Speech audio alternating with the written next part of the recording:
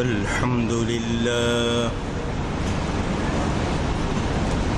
الحمد لله رب العالمين والعاقبة للمتقين والصلاة والسلام على رسوله سيد المرسلين رحمة للعالمين شفيع المذنبين سيد الأولين والآخرين سيدنا ومولانا محمد رسول رب العالمين وعلى آله وصحبه أجمعين. أما بعد فأعوذ بالله من الشيطان الرجيم. بسم الله الرحمن الرحيم.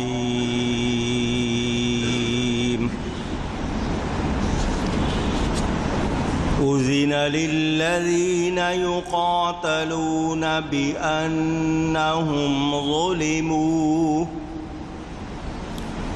وإن الله على نصرهم لقدير. الذين أخرجوا من ديارهم بغير حق إلا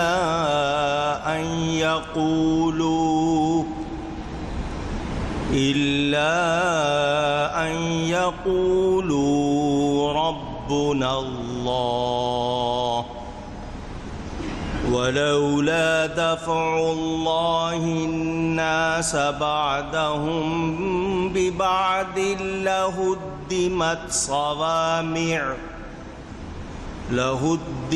صوامع وبيع وصلوات ومساجد يذكر فيها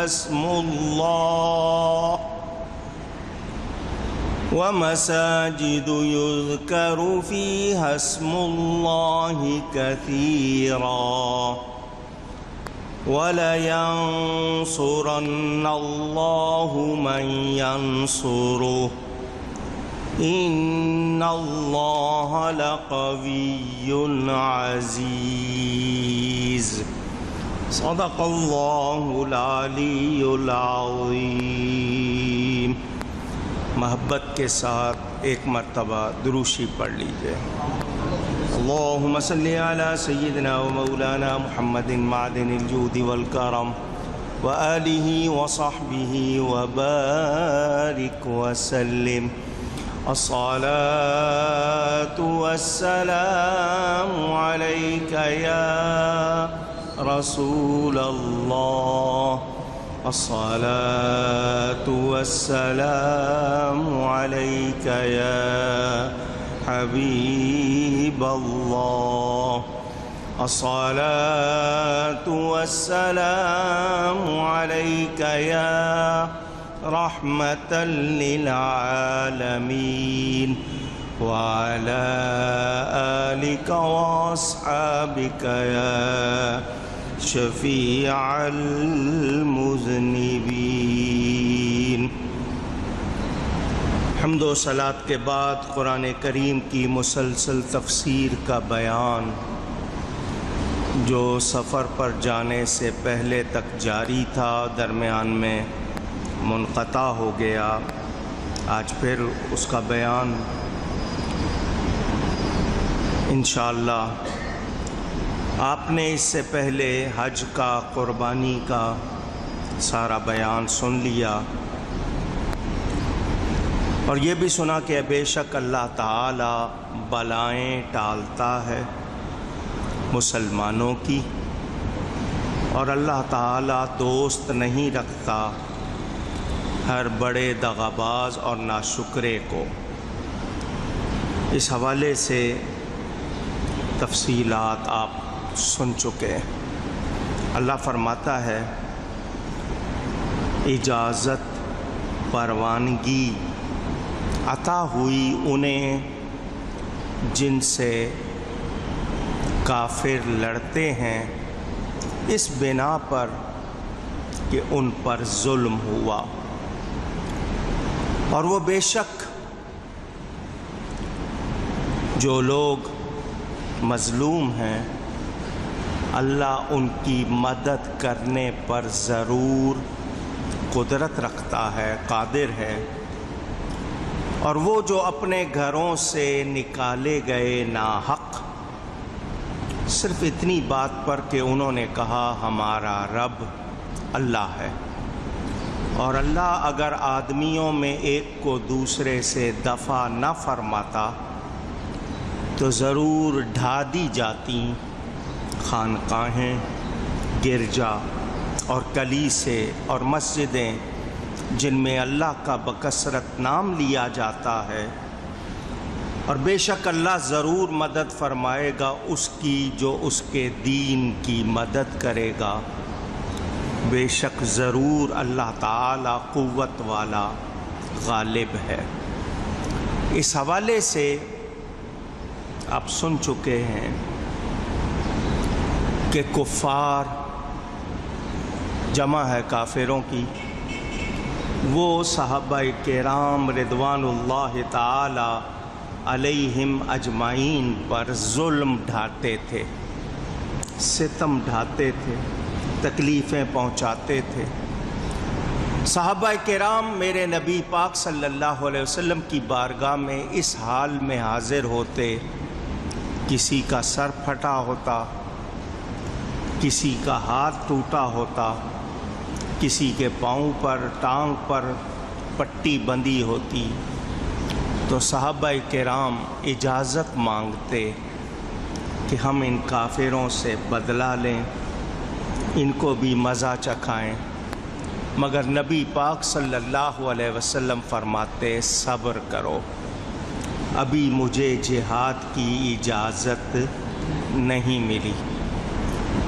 جب نبی پاک صلی اللہ علیہ وسلم مدینہ منورہ تشریف لائے تو یہ آیت اتری اور صحابہ کو اجازت دے دی گئی کہ وہ بھی اللہ کی راہ میں ان لوگوں سے لڑیں جو اسلام اور مسلمانوں کے لیے تکلیفوں کا، ظلم کا باعث ہے۔ اس سے معلوم ہوا کہ بغیر اذن الہی، اذن کے معنی حکم، اجازت، کہ بغیر اللہ کی اجازت کے، بغیر اللہ کے حکم کے جہاد جائز نہیں۔ حضرت موسیٰ علیہ السلام مکہ گھونسا مارتے ہیں ایک قبطی کو، فرعونی کو مارا تھا، مگر ارادہ اس کو جان سے مارنے کا نہیں تھا، حالانکہ اس وقت وہ اس کو مار رہے تھے تو کوئی خطا نہیں کر رہے تھے، مگر وہ مر گیا۔ اس پر وہ نادم ہوئے کہ میں نے خطا کی، اللہ تعالیٰ نے ان پر مہربانی فرمائی۔ اب یہاں واضح کر دیا گیا کہ مسلمانوں کو عبادت سے روکا جائے، ان کے اسلامی شعائر کو ادا کرنے سے روکا جائے، کوئی ان پر ظلم کرے تو وہ جہاد کر سکتے۔ جہاد کیا ہے، کیسے ہوتا ہے، کس کی اجازت سے ہوتا ہے، یہ تمام شرائط موجود ہیں، کوئی خود سے فیصلہ کر سکتا نہیں۔ ہمارے ہاں فساد کو بھی جہاد کا نام دے دیا جاتا ہے، آج مسلمان خود مسلمان کے خلاف لگا ہوا ہے، مختلف ناموں سے بہانے تراشے ہوئے ہیں۔ یاد رہے اسلام میں احکام ہیں، ان کی ترتیب ہے، ان کے قاعدے ضابطے ہیں۔ ہر شخص خود کوئی فیصلہ کر سکتا نہیں، یہ ذہن میں رہے۔ مسلمانوں میں آج جو قرآن پڑھ رہے ہیں ان کو بتایا گیا، پچھلوں کا حال سنو۔ پہلے کتنے ایسے ہیں کہ ان کو اپنا گھر چھوڑنا پڑا، وطن چھوڑنا پڑا، خاندان چھوڑنا پڑا، ملک چھوڑنا پڑا۔ کیا کہا تھا؟ ان کا جرم کیا تھا؟ کہ وہ اللہ کو اپنا رب مانتے تھے، مسلمان تھے۔ انہیں صرف اتنی بات پر وطن سے نکالا گیا۔ یاد رہے کہ مسلمانوں میں اگر تاریخ ہم دیکھیں تو مسلمانوں کو پہلے دن سے ستایا جا رہا۔ اسلام اور مسلمان سب سے پہلے دہشت گردی کا شکار ہوئے اور آج تک ہے۔ دہشت کرنے والے خود کو امن پسند کہلاتے ہیں اور مسلمانوں کو دہشت گرد کہتے۔ یہ دہشت گردی کا شکار مسلمان ہیں۔ ہاں، کچھ مسلمان کہلانے والے اگر غلطی پر ہیں، ان کی وجہ سے سب مسلمانوں کو مطعون نہیں کیا جا سکتا۔ مطعون کے معنی ان کو طعنہ یا الزام دیا جا سکتا نہیں۔ حقائق کیا ہیں؟ وہ جو کہتے ہیں نا زمینی حقائق، گراؤنڈ ریالٹیز، بات تو کرتے ہیں مگر دیکھتے نہیں ہیں۔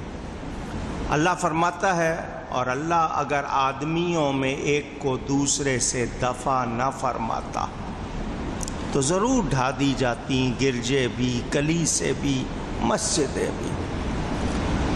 میں پہلے بتا چکا ہوں یہ اس زمانے کی بات ہے جب دین عیسوی یا دین موسوی، موسیٰ علیہ السلام کا دین اور عیسیٰ علیہ السلام کا دین منسوخ نہیں ہوا تھا۔ اس وقت گرجے بھی، کلیسے بھی قابل احترام تھے۔ اب نہ ان کا احترام ہے نہ وہ حکم ہے۔ اگر کہیں کہ عیسائی مسلمان ہو جائیں تو وہ خود اپنا گرجا گرا سکتے ہیں، وہاں مسجد بنا سکتے ہیں۔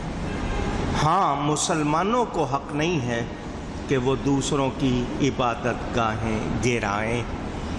مطلب یہ کہ اگر گزشتہ زمانے میں جہاد نہ ہوئے ہوتے، پہلے اگر جہاد کا حکم نہ ملا ہوتا تو نہ یہودیوں کے عبادت خانے محفوظ رہتے، نہ عیسائیوں کے گرجے، نہ مسلمانوں کی مسجدیں۔ یہ جہاد ہے جس کی وجہ سے یہ محفوظ ہیں۔ گزشتہ زمانوں میں بھی جہاد کی برکت سے مسجدیں کافروں کے ہاتھ سے، غیر مسلموں کے ہاتھ سے محفوظ رہیں، اب بھی محفوظ رہ سکتی ہیں۔ جس طرح انسان کو بتایا گیا کہ موذی جانور، تکلیف دینے والے جانور مارے جا سکتے ہیں، سانپ ہے، بچھو وغیرہ، تو انسان کی حفاظت کے لیے سانپ بچھوؤں کو مارا جاتا ہے، ایمان کی حفاظت کے لیے جہاد کیا جاتا ہے۔ یاد رہے، میں پھر بار بار کہہ رہا ہوں، اس کا یہ مطلب نہیں کہ ہر شخص پتھر یا گولی اٹھا کے مارنا شروع ہو جائے۔ احکام ہیں، ان کو جب باقاعدہ اس کا حکم ہو تب ایسا ہوگا۔ مجاہد بننا چاہیے، تیراکی، تیرنا، تیر اندازی، ٹارگٹ اور گھوڑ سواری سکھائی جاتی تھی تاکہ انسان چست رہے اور کبھی وقت آئے تو دین کے لیے نکلنا پڑے اس کو یہ چیزیں آتی ہوں۔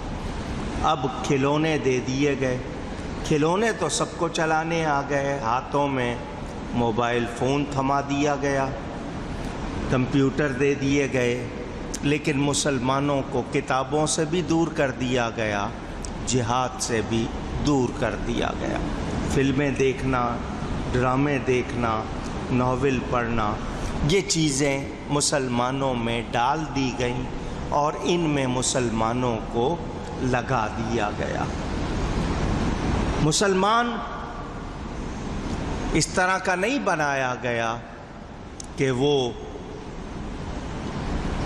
خام خواہ کسی کے شیشے کو توڑے، کسی کو گالی دے، نقصان پہنچائے، لیکن جب دین کے لیے اللہ کی راہ میں نکلنا پڑے تو پھر اس میں سستی نہ ہو، اپنے جسم کو مضبوط بنایا جائے، یہ ہنر سیکھے جائیں تاکہ جب دین کے لیے ضرورت پڑے تو آدمی کو سستی یا کوئی اور ایسی چیز رکاوٹ نہ بنے کہ وہ جہاد میں حصہ نہ لے سکے۔